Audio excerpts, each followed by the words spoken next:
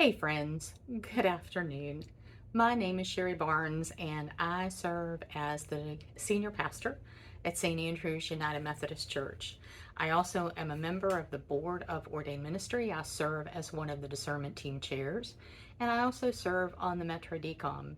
It's a privilege to be with you this afternoon, and the area that I'm going to have conversation with you about is concerning your paper, specifically the section of leadership through vocation and discipline life.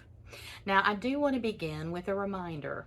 As a potential provisional member, you will be meeting with your district committee sometime in December to determine whether you continue on to meet with the board next spring. It is not too early to begin that work, and I trust that you will give it the same care and attention that you give to next spring's interview. You'll be providing a sample of your work in all of the areas to them, and those assignments are available to you in the conference website. And you can reach out to Kim Ingram if you have any questions about that. For leadership through vocation and discipline life, you're going to write about questions 3 for the district committee in both of those areas. Vocation question 3 is going to ask you to describe your strengths for ministry, how you understand and perceive yourself, what your gifts and your commitment to our church is. You also get to have a conversation about areas that require growth, continued growth and maturation. Discipline life question 3 is going to ask you to describe your understanding of Christian financial stewardship. And we're going to invite you to tell us how your own financial health is shaped by that understanding, and also how you understand and promote and encourage apportioned or connectional giving. Because, as Bishop Goodpastor reminded us many years ago, there is power in the connection. Now, I'm going to spend the next few moments just kind of walking you through the various questions and giving some encouragement as well as some insight as to what would be helpful or what we are hoping you will be able to address as you answer them.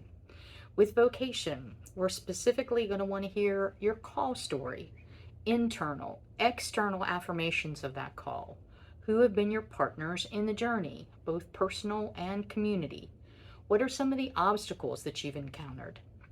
And what are some of the inspirations that have been given to you? We're going to invite you to be able to discuss the ways in which your call is expressed in the orders, an understanding of those orders and how those orders relate to one another and to the ministry of the church. We're going to invite you to consider, what does it mean to be ordained? For those of you who are pursuing provisional membership as an elder, you are reminded that there is a calling to word and sacrament and order and service. For those of you who are interested in pursuing becoming a provisional deacon, we understand that your call is to word and service, compassion, and justice. One of the best ways that I've heard these two orders described together is that elders gather the scattered, and deacons scatter the gathered.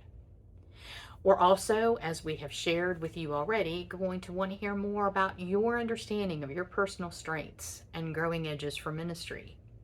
We're going to invite you to think about our polity. Paragraph 120 of the discipline says that the mission of the church is to make disciples of Jesus Christ for the transformation of the world.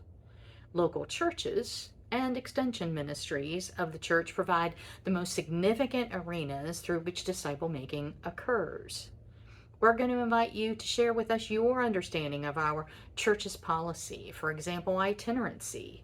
How has that influenced you? How do you believe that will affect you, your ministry, and your family?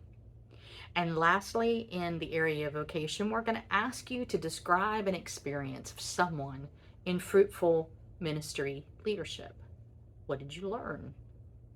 I remember early on in my ministry, one of my favorite saints was a gentleman by the name of John Tesh.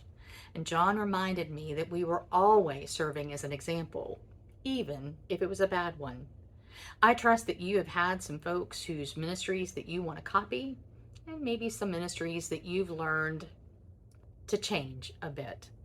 I trust that you will be able to share with us a good experience and how your ministry has been enhanced because of their work. In the area of discipline life, I just want to lift up three, four things very quickly. In the words of Reuben Job, how are you staying in love with God? How are you exercising self care? We want to hear about how you are tending and modeling your physical, mental, social, and spiritual health. Who are your partners in this journey? What is the role of the congregation in your overall health? What is one of the areas of spiritual disciplines that you celebrate? And what is an area of spiritual discipline that you want to grow? I'm reminded that we are all lifelong learners moving on towards perfection. There is always room for growth and improvement. We also want you to discuss, as has been mentioned when we started, to provide examples of practice and teaching financial health and well being, stewardship. How do or might you encourage your local congregation to participate in connectional giving through apportionments? Not a black hole, not a church tax, but the ability to expand and strengthen our ministries, one church with another. And we also want you to talk about inclusivity. Where and what and how have you seen places and moments of the practice of radical hospitality? How do you, within your ministry setting, model, teach, and encourage a place that hashtag sees all the people? We trust that your work that you present to the district committee as well as to the board next spring will be your very best. And we trust that you understand we are learning together in this process. We look forward to the time that we get to spend together. We will learn a lot. We trust that you will do the same. Know that our prayers cover you, and we thank you for the opportunity to do this work together. If you have any questions about what you've heard here, I trust that you will reach out to Megan Hobbick, Kim Ingram, and their office and staff, and you are always welcome to reach out to me or any member of the board.